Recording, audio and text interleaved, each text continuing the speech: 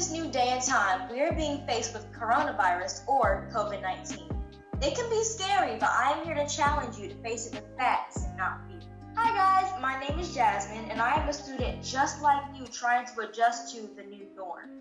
I hope that you find my gathered information helpful when it comes to keeping you safe, sanitized, and sane. Now, we know what quarantine means, but how do we stay safe when we need to go out and get things like food, water, or cleaning products? Well, as we bring food into the house, we need to be sure to wipe down items and place them on a clean surface. Cans, fruits, and vegetables should be included in the cleaning process as well. We hear about closings of our schools, churches, restaurants, movie theaters, and our stores. This is a video highlighting just a few of the many ways students are being impacted by this pandemic. Social distancing is a term that we hear more than ever, but what does this mean? This means that we are to stay at least 6 feet apart from people around us. However, some people have a different outlook on what this means. Do the days seem to be going by in slow motion? We can no longer see our friends or loved ones as often as we like as a result of quarantine. Quarantine is ruining our lives. There are no longer any parties, prom nights, graduation, or even college tours. Let's see what my friends have to say about this whole chaotic situation. With school, it kind of comes easy because we used to be homeschooled, so being online is really not a problem. It's just when you go to my school is college prep, so when you go to a school like that and it's more rigorous and you have to make sure you get everything done on time, and I feel like it carries more stress on me than I had when I was inside of the building. Well, I mean, it's been kind of harder to learn out of school because of my family. Because most of the time, my little brother always finishes earlier than me because he has less work. And he always comes into the dining room and is always trying to talk to me whenever I'm taking a test or doing an assignment or listening to a video about the assignment. And then sometimes my parents come in and they're always wanting to know if I need help or if I want to go to the grocery store with them. And I'm like, I'm trying to do work. I can't really go. But it's also kind of okay because I can go at my own pace and I don't my school is really loud and I have a lot of annoying classmates.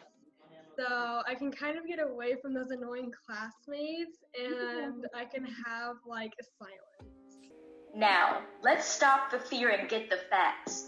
This is Dr. Keisha Houston, who is not only an epidemiologist for CDC, but is also a lieutenant commander in the United States Department of Public Health. Epidemiologists are public health professionals who investigate patterns in diseases.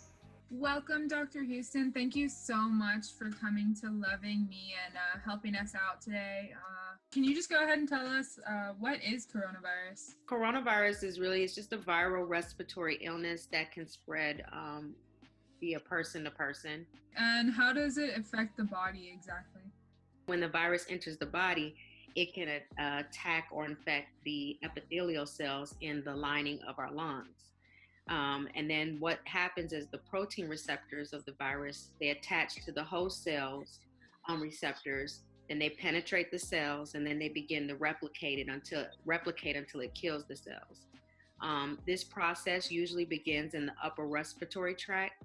And then once that happens, the patient will begin to experience some mild flu-like symptoms, which are like fever, headache, muscle pains, shortness of breath. Can you go a little bit more into how exactly it spreads? It spreads either from by person-to-person transmission, as I said, when you're in close contact with someone else. Studies also show that the virus can exist on fomites, so it can be transferred through high touch point areas such as, doorknobs, handles, things that you commonly touch. Is it something like this? Let's picture this guy 1. He coughs into his hand but then doesn't wash them. Person 1 then goes home and touches people 2 and 3. 2 and 3 touch 4, 5, 6, and 7. 4, 5, 6, and 7 touch 8, 9, 10, 11, 12, 13, 14, 15. They all touch, well, you get the point. Basically, all I'm trying to say is that it takes one person to mess up or not properly cleanse themselves, and this is why coronavirus is rapidly spreading today. Yes. Can you just tell us what you think is the most important thing for teenagers to know during this whole situation? Well, we know this is a difficult time for our country, and as before, we've overcome communicable disease issues such as Zika, SARS, smallpox, Ebola. We've overcome that, but we just have to do our part and pay attention and adhere to the recommendations that are given, and then we will reduce the spread, and eventually it will become a virus that no longer is interfering with our population and our normal way that we do things. It seems like Corona is controlling us, but how can we control it? Start by simply wearing gloves and masks when you go out. Some people may spread the disease without even knowing they had it. Another big way to protect yourself is to wash your hands thoroughly for 20 seconds, or use sanitizer with at least 60% alcohol. Also, make sure you are cleaning frequently touched surfaces like knobs and handles.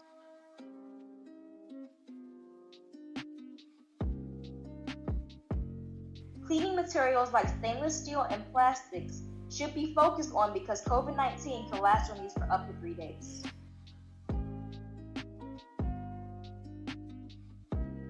As mentioned earlier, social distancing is one of the most effective ways to help flatten the curve. Let's unplug from our phones and plug into sources like art or music. Maybe you're into cooking. Family time can help lift your spirits when you're feeling alone. Looking to make crafts or homemade items can help you calm down in stressful situations. Writing down thoughts or ideas into a journal can also be a coping skill. Hi guys, my name's Brianna. My name's Mackenzie, and we're gonna be doing life in quarantine. So first, I brush my teeth and wash my face. 9:15, I start on my online schoolwork. 10 o'clock, I pause on my work and go eat. 10:30, I start to finish my work. 11:30, I get bored doing work and take a 15-minute break and get on my phone. 12:30, I get back to finishing my work. I took more than a 15-minute break. 1 o'clock, I finish my work. 3 o'clock, I go downstairs for lunch. 4 o'clock, I take a nap because I'm tired. 5 o'clock, I start on my chores. 6 o'clock, I take my shower and get ready to eat dinner. 7 o'clock, I eat dinner. 8:30, I'm in my bed on my phone. That's my day in quarantine. Making a schedule is a great way to give yourself a sense of control during this time. I know that we are at home and it can be so much easier to grab a cookie or some chips, but eating healthy foods like almonds, spinach, and apples can actually strengthen your immune system to help fight against diseases like COVID-19. Staying in your house all day can take a toll on your overall mood. By simply stepping outside for fresh air and change of scenery, you will begin to feel lighter and happier. Birthdays don't have to be placed on hold because of quarantine. Virtually celebrating your special day with friends and loved ones is a great way to connect. You don't have to have a platform to put on that beautiful dress or handsome tux. Have your very own at-home prom and share the pictures via social media with friends. Quarantine can bring up a lot of emotions that should never be kept in. Talking to others about how you feel is a great way to ease your mind. We often hear about the deaths resulting from coronavirus, but people do survive. As of April 26, 727,000 people have recovered from the disease.